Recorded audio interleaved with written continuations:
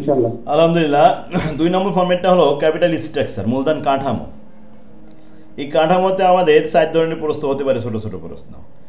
ধরুন find out the earning per share, EPS তৈরি করো। Find out the return on equity, return on equity দেখাও। Find out the return on investment, ROI বের করো। এবং break even বা indifference point of EBIT দেখাও।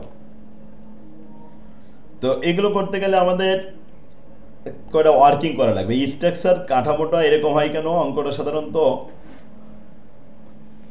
যে মূলধন সংগ্রহ করার যে উৎসগুলো আছে, এই উৎস সম্পর্কে আমাদের একটু ধারণা নিতে হবে। যে 4টা উৎস থেকে মূলধন সংগ্রহ করা যায়। প্রথমত সাধারণ শেয়ার বিক্রি করে মূলধন সংগ্রহ করা যায়। তারপরে debt debenture, loan, mortgage, bond, ঋণ করে মূলধন সংগ্রহ করা যায়। প্রিফারেড শেয়ার বিক্রি করে মূলধন সংগ্রহ করা যায়। আরেকটা হলো রিটেন আর্নিংয়ের মাধ্যমে মূলধন সংগ্রহ করা যায়। তবে এইখানে 3টা সোর্স, 3টা উৎসই আমাদের বেশি আসবে। রিটেন আর্নিং থাকবে না। এখানে আসবে সাধারণ শেয়ার। সাধারণ শেয়ারের নাম 4টা: common stock share, ordinary share, equity share, general share. এই বিভিন্ন নামে থাকে। আর ঋণটা থাকে 5টা নামে: debt, debenture, loan, mortgage and bond. আচ্ছা, যখন debt, debenture, loan, mortgage, bond বলবে তখন ইন্টারেস্ট হবে ঋণের উপরে। আর সাধারণ শেয়ারের কথা বললে শেয়ারের সংখ্যা বৃদ্ধি পাবে। আর প্রিফারেড বললে প্রিফারেড ডিভিডেন্ড বৃদ্ধি পাবে। তো এই আইটেমগুলো আমাদের লাগবে, কারণ আমরা যখন একটা ইপিএস তৈরি করব তখন আমাদের এই ইন্টারেস্ট লাগবে, নাম্বার অফ শেয়ার দরকার হবে, প্রিফারেড ডিভিডেন্ড দরকার হবে। তো আগে আমরা ওয়ার্কিং করে নেব। তো ওয়ার্কিং পরপর 3টে করতে হয়। 1 নম্বর ওয়ার্কিং হলো calculation of number of share, alternative যতগুলো থাকবে এখানে দিয়ে রাখতে হবে। আবার 2 নম্বর ওয়ার্কিং হলো calculation of interest amount, present interest আর পাস্ট মানে ওল্ড ইন্টারেস্ট, কারেন্ট ইন্টারেস্ট সব মিলায় এখানে সোর্স নাম্বার, অল্টারনেটিভগুলো দেওয়া থাকবে। এরপরে ক্যালকুলেশন অফ প্রিফারেড ডিভিডেন্ড। এভাবে ওয়ার্কিংগুলো সাজাতে হবে। একটা অঙ্ক একটু বোঝাই দিলে সবগুলো পারবেন। এখানে 2টো বোর্ড প্রশ্ন আছে, 2টো করাই দেবো। প্রথমে আসেন 1 নম্বর। XYZ লিমিটেড নিডস, তাদের প্রয়োজন 30 লাখ টাকা ফর এ নিউ প্রজেক্ট, নতুন প্রজেক্টের জন্য। They have 3 alternative source of financing, তাদের 3টা অল্টারনেটিভ আছে এই অর্থ আনয়নের জন্য, ফাইন্যান্সিং করার জন্য 3টা অল্টারনেটিভ আছে। 1 নম্বর অল্টারনেটিভ বলছে 15 লাখ টাকা অর্ডিনারি শেয়ার, মানে সাধারণ শেয়ার বিক্রি করে ম্যানেজ করতে হবে, এতে শেয়ারের সংখ্যা বের হবে। আর 15 লাখ টাকা ডিবেঞ্চার, ঋণ করতে হবে। 15 লাখ মিলে 30 লাখ টাকা ম্যানেজ হয়ে যাবে। তাহলে অর্ডিনারি শেয়ার, এটা নাম্বার অফ শেয়ারের ক্ষেত্রে কাজে লাগবে। 1 নম্বর সোর্সে আসতে হবে 15 লাখ টাকা 100 ভাগ করলে 15,000 শেয়ার সংখ্যা।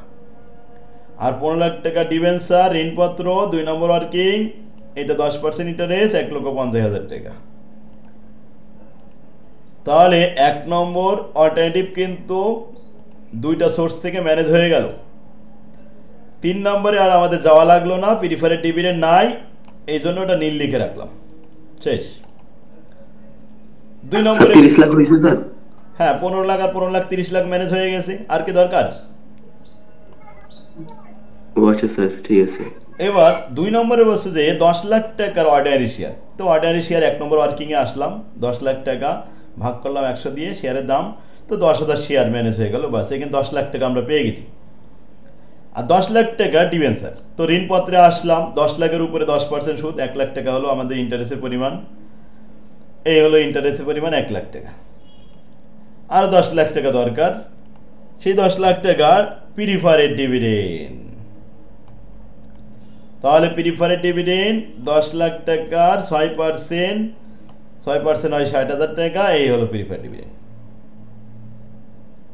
বাস, 2টা অল্টারনেটিভ কিন্তু ক্লোজ হয়ে গেল ইতিমধ্যে। 3 10 30 লাখ ম্যানেজ হয়ে গেছে। এরপরে আসবো 3 নম্বর অল্টারনেটিভ, 8 লাখ টাকার ডিবেঞ্চার আর 22 লাখ টাকার অর্ডিনারি শেয়ার। 8 লাখ আর 22 লাখ মিলে 30 লাখ টাকা। তো 8 লাখ টাকা ডিবেঞ্চার, এই 8 10 কে 80,000 টাকা ইন্টারেস্ট, আর 22 লাখ টাকার অর্ডিনারি শেয়ার 22,000 শেয়ার সংখ্যা। আর প্রিফারেড কিছুই নেই, প্রিফারেড নেই, ব্যাস। ওকে, ওয়ার্কিংগুলো সব complete. Their expected EBIT the company 6,50,000 টাকা, রেট অফ ইন্টারেস্ট ওই 10% ইউজ করেছি, ট্যাক্স রেট 20% দিতে হবে, প্রিফার রেট 6%, আর প্রাইস পার অর্ডিনারি শেয়ার 100 টাকা দাম। এগুলো তো সাপ্লাই দেওয়ার রয়েছে অ্যাডিশনাল ইনফরমেশনগুলো। এখন ইপিএস তৈরি করেন। তাহলে ইপিএস আর্নিং পার শেয়ারের জন্য আমাদের দরকার ইবিআইটি, এখানে পেলাম 6,50,000 টাকা ইবিআইটি।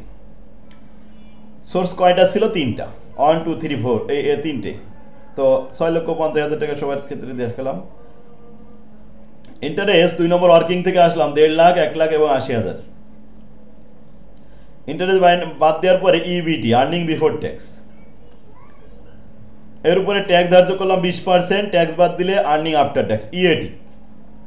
প্রিফারেড ডিভিডেন্ড শুধুমাত্র একটা আছে 60,000 টাকা, এটা বাদ দিলাম, দিলে ইএসিএস। নাম্বার অফ শেয়ার দিয়ে ভাগ করলাম ইপিএস। তো আর্নিং পার শেয়ার 26 টাকা 67 পয়সা, 38 টাকা 0 পয়সা, 20 টাকা 73 পয়সা। সব থেকে বড় হচ্ছে 38 টাকা। এটা আমাদের জন্য ভালো, কারণ আর্নিং পার শেয়ার যে অল্টারনেটিভে যে সোর্সে বেশি বড় হবে আর্নিংয়ের ক্ষেত্রে, সেটাই ভালো। Select the best source for the company, এই কোম্পানির জন্য বেস্ট সোর্স যেটা সেটা বাছাই করেন। তো বাছাই করলেন, তাহলে আমরা কমেন্টে লিখতে পারি we should select source number 2 for this company because their EPS is higher than any other source. অন্য এই তিনটের ভিতরে সব থেকে 2 নম্বর সোর্সটা আমাদের বেস্ট হয়েছে, কারণ ওইখানে ইপিএসটা বড় অন্যদের থেকে। For which we should take the source number 2। তো আমরা সিলেক্ট করলাম এই কোম্পানির জন্য সোর্স নাম্বার 2। অঙ্ক শেষ।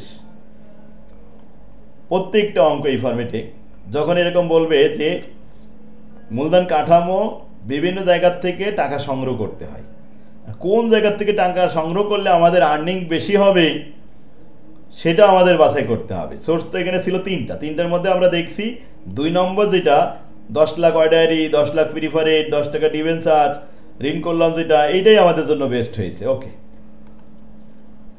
2 নম্বরও সেম একই রকম অঙ্ক। এই ফরম্যাটের মধ্যে এই 3 নম্বর যে কোয়ালিটি অঙ্ক, এই যে প্রেজেন্ট ক্যাপিটাল আছে আর নতুন করে তাদের আরও দরকার, প্রেজেন্ট আছে কিন্তু 60 লাখ, নতুন করে আরও 20 লাখ দরকার, এই ধরনের অঙ্ক আমাদের আসবে পরীক্ষায়। স্যার 2 নম্বরটা করান। 2 নম্বর করতে হবে কেন? 2 নম্বর পারবেন না তাই? জি স্যার, 2 নম্বরটা পারি না স্যার। 2 নম্বর ওই জায়গায় আমাদের ইম্পর্টেন্ট অঙ্ক ছিল আরও বেশি ওইদিকে।